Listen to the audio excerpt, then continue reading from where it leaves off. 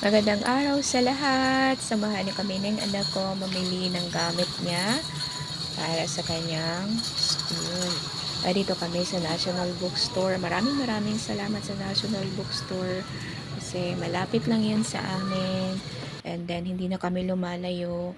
At saka, pagpasok mo rito, lahat ng kailangan ng bata na andito na, from ballpen, book, notebook, and etc.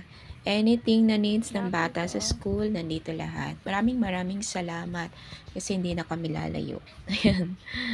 Ayan, ang konti lang naman ang needs ng anak ko kasi college na siya. Ayan, kailangan lang niya ng yellow pad.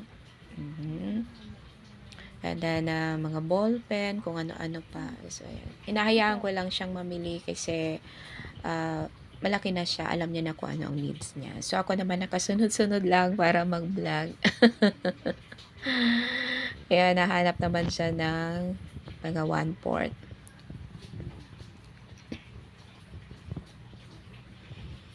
Ayan. Sa kasama lang ang nanay. Sunod-sunod sa anak. Ayan. Ayan, binalik niya. Sabi niya, ay, wag na nga lang. Kasi, ang hanap niya 1/4, ayan, ilan, twice. Ayan. Sabi ko, pwede naman yan. Hati-hatiin mo na lang, kagaya namin ng araw.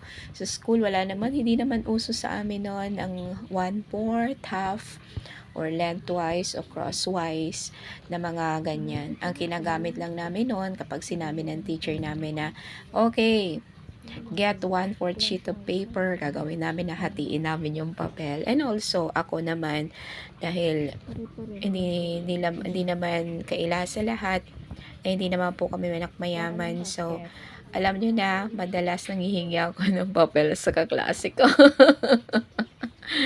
Kaya dito naman siya sa mga ballpen, pero ako titingin ako nito. Mahilig kasi ako sa mga sticky notes. Kasi gusto ko nagsusulat-sulat ng mga kung anik-anik para hindi ko makalimutan. Alam mo na, pagka matanda ka na, marami ka nang nalilimutan ng mga dapat mong gawin. So ako, I see to it na nakapost siya sa kung saan lagi kong tinitingnan. Yeah. Lagi ako may post-it, hindi pala post-it card. Parang, sticky notes. Sini-stick ko yan kung saan-saan lang. Pag kagaya niyan sa computer ko, doon ko lang siya madalas dinidikit para alam ko kung kailan ako magbabayad ng mga bills. At kung ano-ano ang mga dapat kong tandaan. Halimbawa, pag magla-live, pag sinabi sa akin ng host na ganito ang ang kanyang palaro, nilusulat ko dyan. Ayan, tumitingin din ako ng ballpen. Siyempre, mahilig ako sa ballpen. Kita nyo, ang kinuha kong kulay is pink. Pink yan, pero mukha lang siyang, red pala yan, red. Ayan, red siya, red. Red ang ballpen ko. Ayan, kukuha pa ako ng, ayan, violet. Ayan, ng violet. Ayan, try natin sa violet. Ayan, maganda rin ang violet, diba?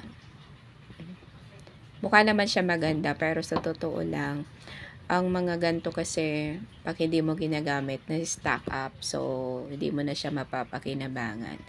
So, mahilig ako sa mga ganyan sign pen na ball pen. Kasi, pag normal na ball pen, natutuyo. Ayan, tumingin-tingin din ako ng notebook. Kasi mahilig din ako maglista-lista. Ayan, nililista ko dyan yung mga bayarin ko this month, next month, para tinicheck ko na lang kung nabayaran ko na o hindi pa, para hindi ka ma-miss. Ganyan ako. Minsan, nililista ko doon kung ilan ang gastos namin sa araw na yon para alam ko kung saan napupunta ang pera ko. Ganun ako kaano. Ayan, nandun ang anak ko, tumitingin-tingin, hayaan ko lang siya. Ako naman, dito lang ako. So, ayan, nandito na uli siya sa mga pilot. Siya naman, mahilig siya sa pilot na ballpen kasi hinahanap niya kasi yung size ng ballpen.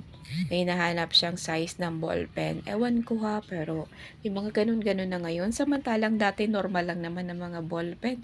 Basta may tinta, okay na yan. Kami nga nun, gamit ko lang nun Reynolds o Panda. Pag medyo mayaman-yaman kami, Reynolds ang ballpen ko. 'Di ba? Ngayon, pwedeng-pwede na.